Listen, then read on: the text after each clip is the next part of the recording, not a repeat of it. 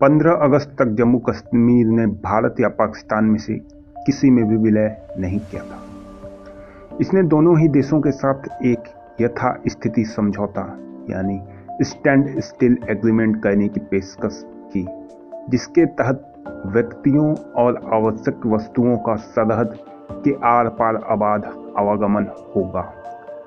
पाकिस्तान ने उसके साथ यह समझौता कर लिया, लेकिन भारत ने कहा कि वह इंतजार करेगा और अपने हिसाब से फैसला लेगा।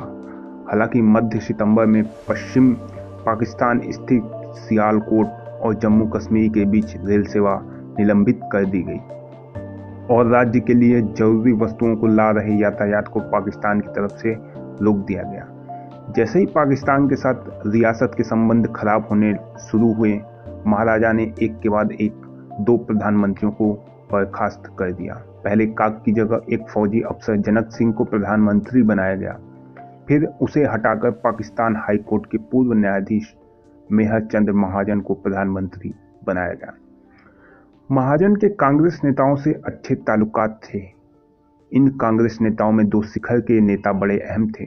जवाहरलाल नेहरू तो खुद भी कश्मीरी मूल के ही थे और गृह मंत्री और राज्य मामलों के मंत्री वल्लभ भाई पटेल से भी महाजन के अच्छे रिश्ते थे। खास बात यह थी कि नेहरू हमेशा चाहते थे कि कश्मीर भारत का हिस्सा रहे, लेकिन एक वक्त ऐसा भी था जब पटेल ने संकेत दिया था कि उन्हें कश्मीर के पाकिस्तान में मिल जाने से कोई आपत्ति नहीं होती। लेकिन 13 सितंबर के बाद उनका मिजाज बदल गया, जब पाकिस्तान सरकार ने जूनागढ़ के विलय को स्वीकार कर लिया, क्योंकि अगर जिन्ना एक हिंदू बाहुल्य मुस्लिम शासित राज्य को पाकिस्तान में मिला सकते हैं, तो सरदार पटेल को एक मुस्लिम बाहुल्य हिंदू शासित राज्य को भारत में मिलाने की दिलचस्पी क्यों नहीं दिखानी चाहिए।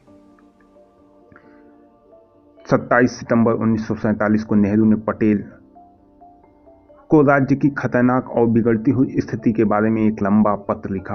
उन्हें खबर मिली थी कि पाकिस्तान बड़ी संख्या में कश्मीर में घुसपैठियों को भेजना चाहता है। महाराज और उनके प्रशासन शायद ही इस खतरे को झेल पाए, इसलिए वक्त की जरूरत यह है कि महाराजा नेशनल कॉन्फ्रेंस के साथ दोस्ती करें ताकि पाकिस्तान के खिलाफ लोकप्रिय जन समर्थन जुटाया जा सके।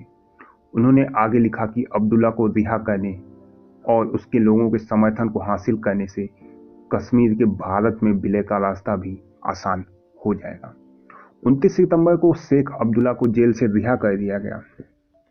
अगले सप्ताह श्रीनगर के प्रसिद्ध हजरत बल मस्जिद में भाषण देते हुए अब्दुल्ला ने मांग की कि कश्मीर में जनता के प्रतिनिधियों को पूर्ण सत्ता का हस्तांतरण किया जाए।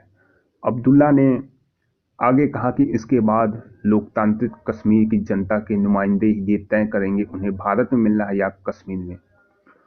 उसने कहा कि कश्मीर की लोकप्रिय सरकार किसी एक समुदाय की सरकार नहीं होगी, यह हिंदुओं, मुसलमानों और सिखों की एक संयुक्त सरकार होगी और इसी के लिए मैं लड़ाई लड़ रहा हूँ। पाकिस्तान स्वाभाविक रूप से कश्मीर को हासिल करना चाहता था क्योंकि वहाँ मुसलमानों की बहुसंख्या थी। हिंदुस्तान की राय में कश्मीर में धार्मिक तत्व अप्रासंगिक थे क्योंकि वहाँ की मुख्य पार्टी नेशनल कॉन्फ्रेंस एक पंथ निरपेक्ष संगठन है। अक्टूबर की शुरुआत में पटेल ने नेहरू को लिखा कि जहाँ तक कश्मीर से संबंधित नीतियों का सवाल है, मेरे और आपके विचार में कोई फर्क नहीं है। दोनों ही कश्मीर का भारत में विलय चाहते हैं, लेकिन यहाँ यह सवाल उठता है कि उस वक्त कश्मीर के आम लोगों की भावना क्या थी। अब्दुल्ला की जेल से रिहा होने पर कुछ ही दिनों बाद रियासती सेना के ब्रिटिश कमांडर ने लिखा कि कश्मीर के आम लोगों में भारत या पाकिस्तान को लेकर कोई पूर्वाग्रह नहीं है।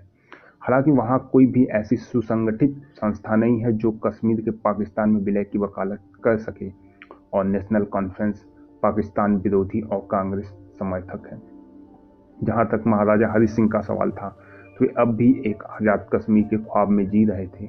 12 अक्टूबर को जम्मू कश्मीर के उप प्रधानमंत्री ने दिल्ली में कहा था, हम भारत और पाकिस्तान दोनों के साथ दोस्ताना संबंध कायम रखना चाहते हैं। लगातार उड़ रही अफवाहों के बावजूद हमारा भारत या पाकिस्तान में शामिल होने का कोई इरादा नहीं है। सिर्फ एक ही चीज़ जो हमारी राय बदल सकती थी, वो ये कि अगर दोनों देशों में से कोई भी हमारे खिलाफ शक्ति का इस्तेमाल करता है तो हम अपनी राय पर पुनर्विचार करेंगे। महाराजा ने मुझे कहा था कि उनकी महत्वाकांक्षा कश्मीर को पूरब का स्विट्जरलैंड बनाने की है, एक ऐसा मुल्क जो बिल्कुल निरपेक्ष होगा।